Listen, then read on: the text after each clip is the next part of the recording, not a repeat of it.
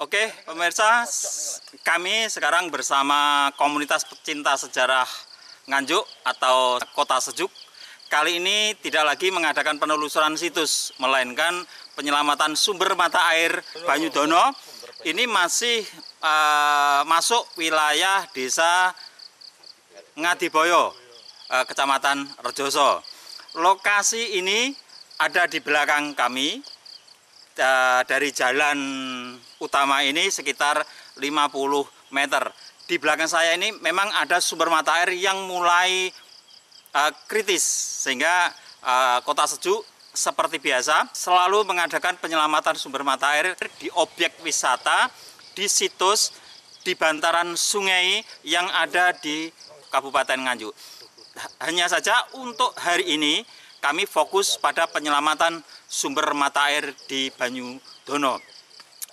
Kami bersama beberapa teman di sini yang memang setiap hari selalu mengadakan penanaman pohon di sejumlah wilayah di Kabupaten Nganjuk. Seperti ini Pak Susilo. Pak Susilo, ini namanya Pak Susilo. Pak Susilo ini dikenal oleh komunitas sebagai pengendus fosil. Ini pengendus fosil, ya, ini terkenal. Selalu banyak produk fosil yang dihasilkan dari kawasan hutan tritik ini. Sedangkan di belakang saya ini juga namanya Pak Hari Susanto.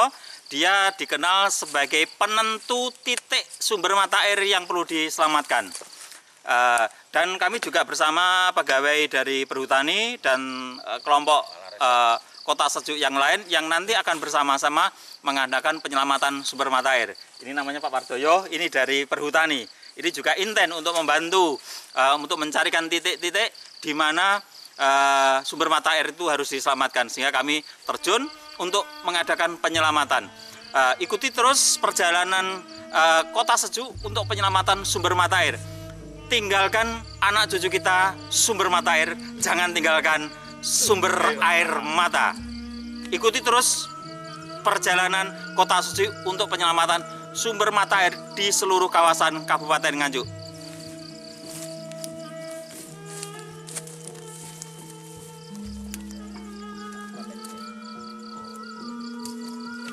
Ya, ini pohon mahuni. Ini pohon mahuni yang akan ditanam di sumber mata air Banyudono. Di belakang sana juga masih ada bibit-bibit yang lain seperti beringin, ya seperti apa Mas? Lo, kemudian ada lagi trembesi. Ya, trembesi ini sebagai penyokong sumber air yang banyak. Makanya di kawasan ini nanti jangan heran kalau suatu saat nanti akan terlihat betapa rindangnya pohon trembesi.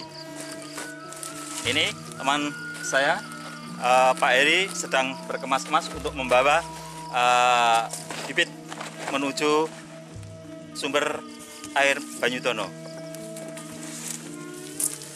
Tidak berat Pak Heri? Apa perlu dibantu? Ya. Ini ya. Ini Pak Wardoyo juga membantu. Pak Wardoyo. Nah, ini apa Pak namanya? Ini mauni. Mauni ya? Ya. Ini kualitasnya gimana Pak kalau ditanam di sumber mata air Pak? Kalau ditanam ini dalam rangka musim dalam musim kemarau itu sejuk sekali nih dan mengeluarkan air yang cukup banyak nih. Kondisi akarnya seperti apa Pak? Kalau akarnya cukup bagus ini ya, untuk kekuatan tanah masuk akar tunggang. Ya, jadi ini nanti kita selain menyelamatkan sumber mata air, kita juga akan memproduksi oksigen yang luar biasa.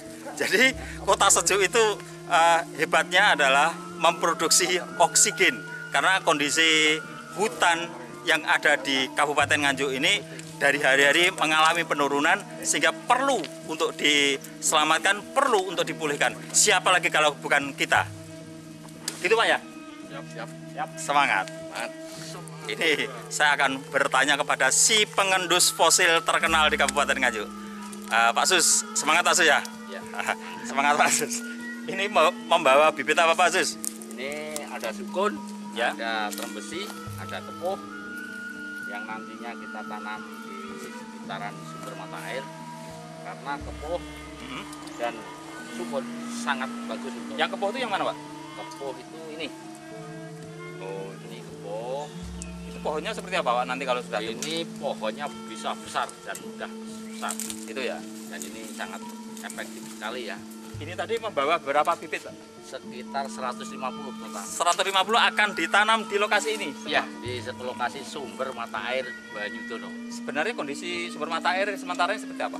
Kondisinya ini kalau kemarau tetap ada air tapi mengecil, tapi kita berusaha untuk bagaimana air itu lebih besar lagi biar bisa dinikmati oleh masyarakat. Berarti hari ini tadi libur tidak mengendus fosil, Pak ya? Libur, karena ini libur nasional, makanya kita dengan teman-teman kita berusaha untuk tanam melestarikan mata air. Pak Sus, jangka dekat yang akan di sumber mata air yang akan diselamatkan selain Banyudono ini mana, Pak? Nanti tidak jauh dari sini, kita ke sana sekitar 500 meter itu ada yang namanya Belik Tetes. Ya. Ke bawah ini tidak jauh dari jalan raya, ini ada yang namanya sumber mata air Jatigrowok. Jatigrowok. Ya, dan semuanya airnya mengecil, tapi dengan ditanami tanaman rimba yang terutama yang ringin atau kepoh, airnya ke depan 5 tahun lagi bisa lebih bagus. Apakah setiap hari juga melakukan apa itu penanaman pohon seperti ini, Pak? Saya setiap hari hampir melakukan Oke. penanaman, walaupun tanpa teman, ada teman, Tetap ya? tetap semangat. Oke, luar biasa. Ini teman saya Pak Sus ini memang luar biasa. Tanpa teman atau ada teman tidak ada masalah. Yang penting terus menanam, Mas Sisa. Siap menanam. Ini si penyedia apa ini? Peralatan ya, Pak ya. Si penyedia. Seksi khusus. Ini namanya Mas Bambang, Mr. B yang dikenal dengan Mr. B di sini. Ini Mas membawa apa, Mas, itu, Mas? Bibit kelengkeng ringin. Juga mau ditanam tempat yang sama, Mas ya? Iya. Oke, luar biasa ini Mas Bambang. Oke ya, ayo kita ke lokasi, Mas. Pelan-pelan. Iya, iya. Ya, pelan-pelan.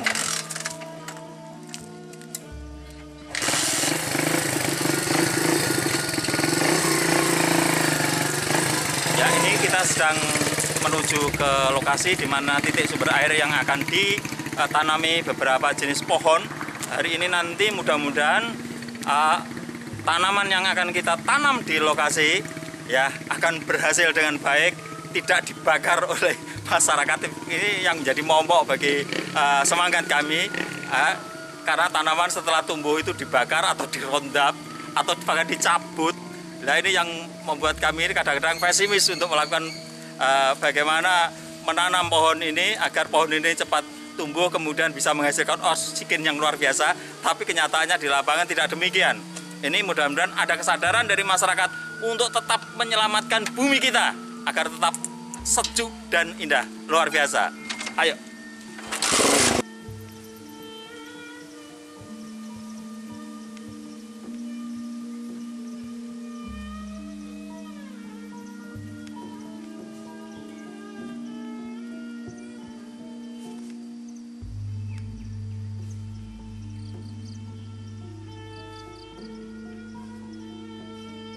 Sahabat pecinta lingkungan, kali ini kami menuju lokasi yang tepat berada di depan saya, sekitar 50 meter kita sudah sampai. Seperti apa kondisi dari sumber mata air yang akan kita selamatkan. Untuk perlengkapan yang paling efektif untuk penanaman pohon di hutan adalah seperti ini, cangkul kecil, dan satunya ini adalah cetok. Ini yang paling efektif karena kalau di hutan itu membawa cangkul itu nampaknya terlalu berat sehingga akan mempersulit diri kita sendiri. Ini teman-teman sudah mulai siap-siap untuk menata dan membawa bibit itu ke tengah hutan. Ini seperti terlihat di belakang saya sudah ini mulai menuju lokasi dengan membawa bibit-bibit yang akan menghijaukan seluruh kawasan di Kabupaten Nganjuk. Mudah-mudahan pohon doanya saja sumber mata air yang ada di Kabupaten Nganjuk ini akan menjadi pulih sehingga ketersediaan air tercukupi, tidak terjadi kekeringan dan tidak terjadi kelangkaan sumber mata air. Oke, Pak Ari ya. Monggo Pak Wardoyo. Siap. Kita menuju lokasi. Saya tak berada di depan Pak ya? Ya, siap. Ya, di belakang saya ini kondisi hutannya juga sangat lebat. Ini nggak tahu kalau di belakang saya, di depan saya ini ada lubang atau bagaimana. Ya memang nampaknya kalau kondisi musim penghujan seperti ini, kondisi hutan itu lebat. Tapi kalau sudah masuk musim kemarau, ini habis, kemudian terasa kering sekali. Makanya perlu diadakan penanaman hutan-hutan yang keras, Sumber mata air. ya khusus untuk penyelamatan sumber mata air.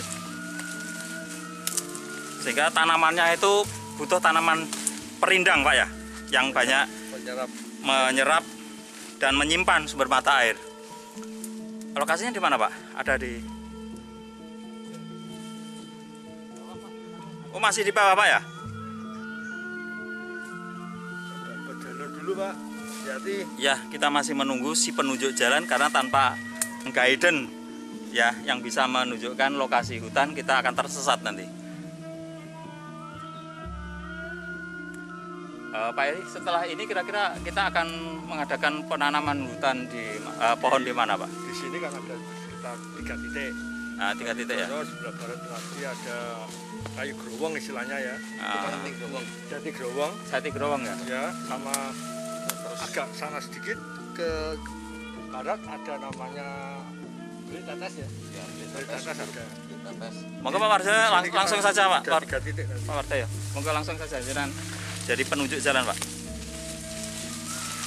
Ini Pak Wardoyo yang pegawai perhutani tadi sedang menunjukkan titik lokasi yang akan ditanami bibit pohon penyelamat sumber mata air.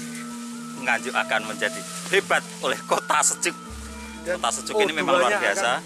Dia tanpa pamrih. Ya alhamdulillah selama ini selalu saja mendapat bantuan bibit dari berbagai pihak. Sampai orang ulang tahun, ya, sampai orang ulang tahun itu menyumbang bibit. Sekarang ini ada tren baru, orang ulang tahun menyumbang bibit. Ini kapan kita tunggu orang yang sedang menikah ya? Orang sedang menikah akan menyumbang sumber mata air juga. Ya, kita telusuri terus, kita ikuti jalan ini ke bawah. Ya, ke bawah. Yus.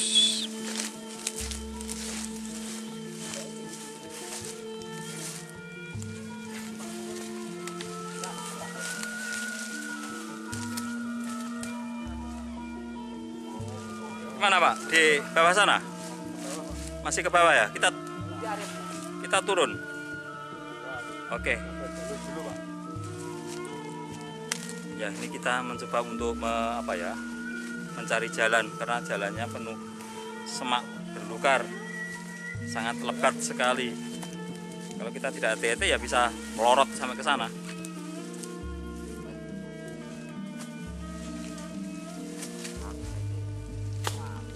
Nah, itu ya, teman-teman sedang mencari jalan menuju ke bawah. Ada di bawah sana itu, ada di bawah sana, iya, ada di bawah sana. Itu ada sumber mata air yang kondisinya sudah mulai kritis. Apalagi kalau musim kemarau, sumber mata air itu sudah menipis. Padahal sumber mata air ini bisa mengairi, ya bisa mengairi daerah yang ada di bawah sana untuk ketersediaan air. Pak, cangkulnya Pak. Oh ini Pak. Itu masih mencari jalan ya. Pak Wardoyo itu masih mencari jalan supaya untuk naik dan turun nanti kita mudah. Pak Wardoyo itu ya.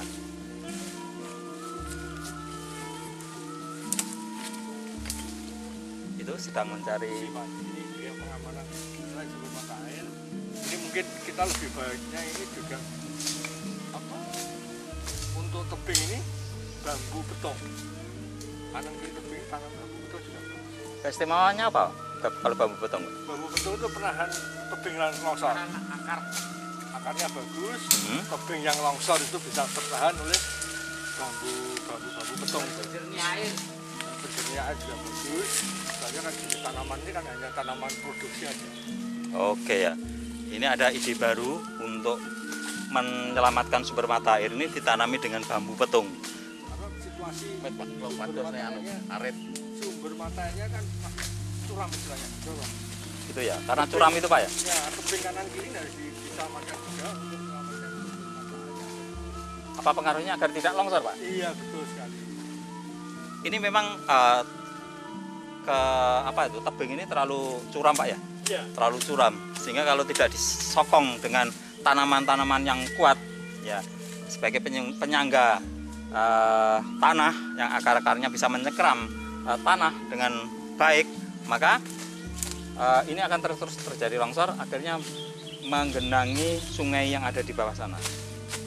Ya, itu kenapa di sana itu ada sungai yang airnya mengalir. Ini nanti mengalirnya ke selatan atau ke utara Pak? Sungai. Ya. Sampai ke desa Ngadiboyo.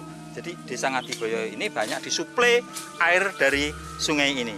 Nah makanya kalau ini tidak diselamatkan, kondisi air yang ada di sana terus-menerus akan mengalami kekeringan.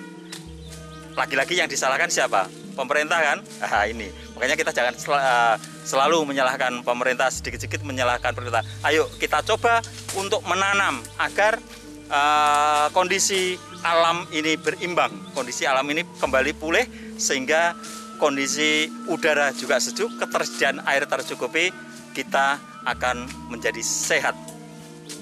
Semangat.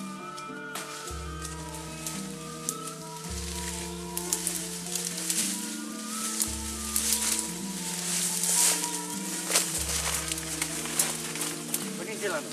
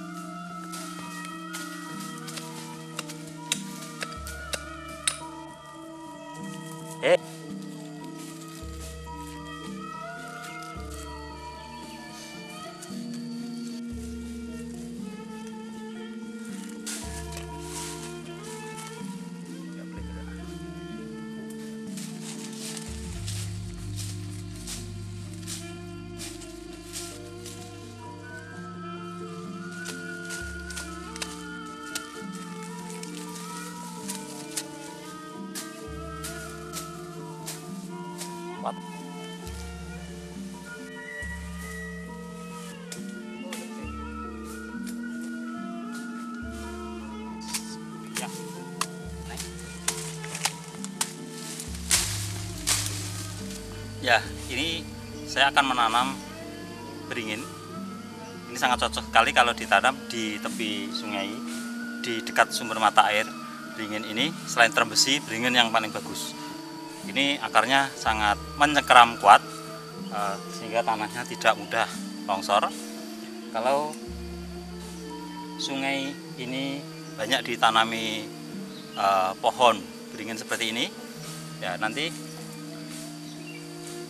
tanah-tanah ini akan tertahan, ya, akan tertahan oleh akar-akar dari beringin ini. Kami tadi sudah menanam ada puluhan sudah. Nanti masih banyak di sana beringin-beringin seperti ini. Nanti akan kami tanam di bagian paling dekat dengan bibir sungai, dan di atasnya kami tanami dengan pule, kami tanami dengan sukun. Ini semua tanaman yang sangat bagus untuk menyangga sumber mata air dan memperkuat tanah-tanah agar tidak longsor. Coba kita tanam beringin ini, mudah-mudahan bisa tumbuh dengan baik. Ini akan kami tanam di sana karena di sana adalah sumber mata air. Di sana yang saya kira paling tepat.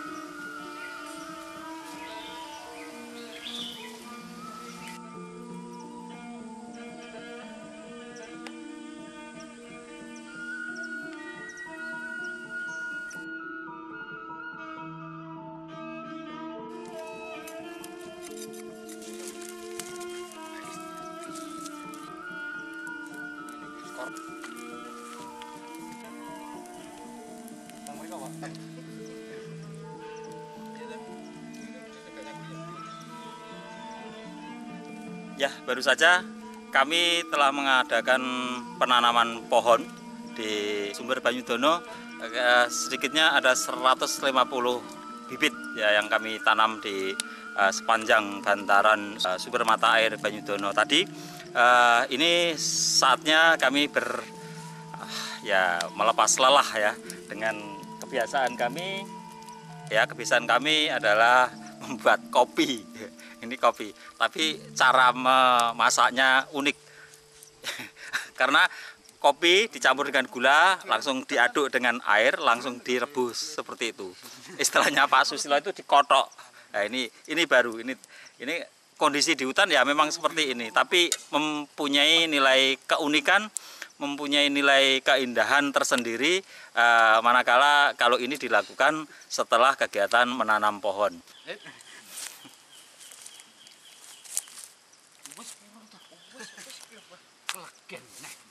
Gak usah kan berapa?